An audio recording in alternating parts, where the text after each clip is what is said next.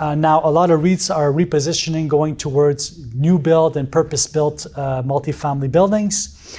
And that gives a lot of opportunity to REITs that want to stay in the market and continue value-adding certain concrete assets to take the place. And this is what's happening right now.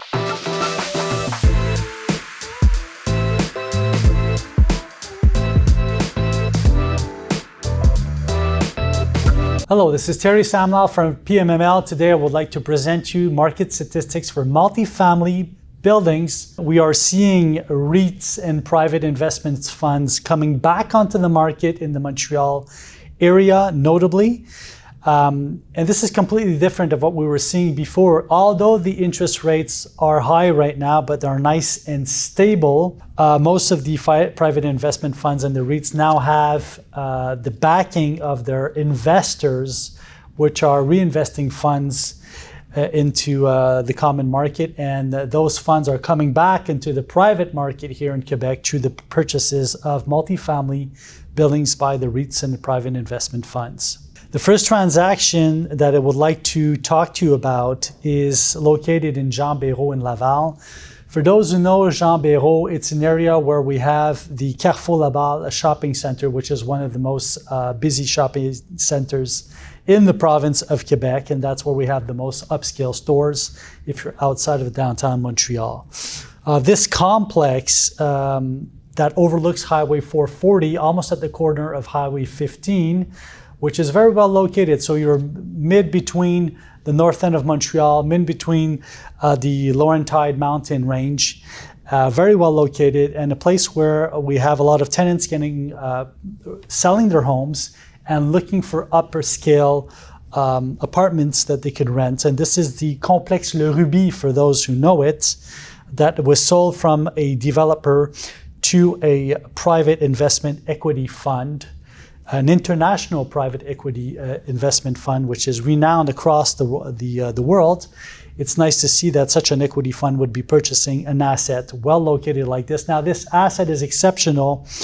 Why? Because it has units that are scaling between 700 to 1,253 square feet per unit. And that shows a large array, a large range of different apartment styles available to the public. So now what we're looking at, we're looking at a complex that is flexible over time depending on the tenant base, and it has a nice mix of apartment types. This complex also has an in-ground pool, a golf practice area, office spaces for the tenants to be used, common office spaces, large common areas, beautiful large common areas, fireplaces, marble finish, etc. Really to go get the upper scale type of clientele. And this asset of almost 286 units sold for close to $305,000 per door, which is not that much if you're considering the high quality of what was invested in the interior finishing and the aesthetics. Leaving Laval, going into Ville-Marie, for those who know the La Fontaine Park, a large public park, which has been in existence for a long time, right east of Montreal, next to the Jacques-Cartier Bridge. So very close to downtown, on the south side of Sherbrooke, which is a east-west axis crossing Montreal, a big boulevard crossing Montreal. It's so right in front of the park, a beautiful view in the park. A transaction that took close to $280,000 per door, 147 units, and this asset was sold by a private investment fund also that does lending, has a lending division, and sold to a REIT. And this shows the comebacks of the REITs on the market right now, looking for large concrete assets, always with very well located, either location or very large units to be able to upscale on rents over time. So it's interesting to see that this transaction that sold at $280,000 per door sold previously in 2016 for close to $170,000 per door. That means an increase of $100,000 per door only in 7 years. Although the asset is well located, attracting a large European temporary clientele, and it also is close to the gay village. So we're having clientele coming either from Europe, either from the village, both those tenant-based clienteles can pay a lot of rent and high sums. Also, we have a cellular tower, which is on top of cellular antennas, which is on top of this asset, bringing extra revenues coming in. Now, let's go towards Ville Saint-Laurent. Ville Saint-Laurent is the place where we're seeing a lot of 1970 built assets being resold on the market right now, all concrete. A lot of private investment fund REITs and private buyers have been purchasing assets in Montreal West, which is right west to the Montreal downtown area. Those assets are more or less available right now because they've all been sold out. So most of these purchasers now are going to similar markets, and the most similar market for to be able to obtain high rents and concrete assets of this style is Ville Saint-Laurent. So this is very close to Timmins Boulevard, very close to Place Côte-Vertu, close to the 40 highway, and to several public metro stations and train stations, which are at short driving distance away. We're talking about an asset of more than 393 units that was sold, very large concrete asset, sold from a REIT to a REIT, both Toronto-based REITs. A large appetite, depending on who you are as a REIT right now and how you're positioning your strategy over the next 5 years, you're probably going to be wanting to get rid of some assets and buy some new assets.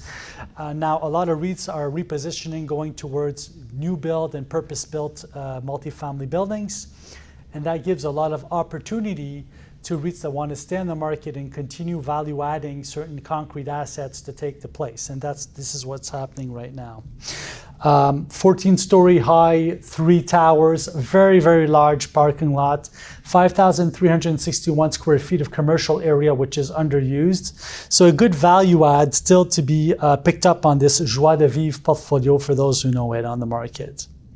Continuing into Ville Saint-Laurent, a 90 door asset, 6-story high, 1977 concrete construction, sold by a management company to a private buyer. Now this asset sold for close to $194,000 per door. I forgot to mention the previous 393 door asset that sold for over $170,000 per door. This one here, 1977 asset, selling for $194,000 per door.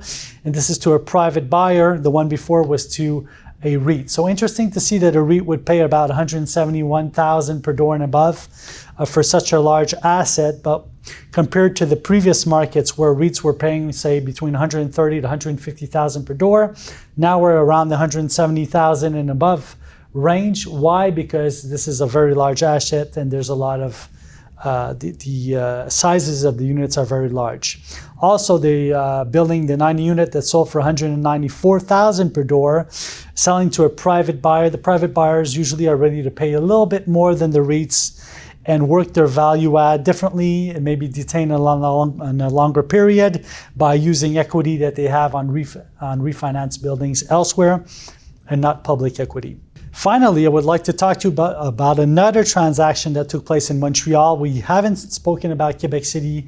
We're not going to speak about Quebec City, Sherbrooke, Trois Rivers, or Gatineau this month. But if we're staying in Montreal, it's interesting to see that we have a 100-door portfolio, several buildings located on the western side of Montreal, 1937 to 1940 construction.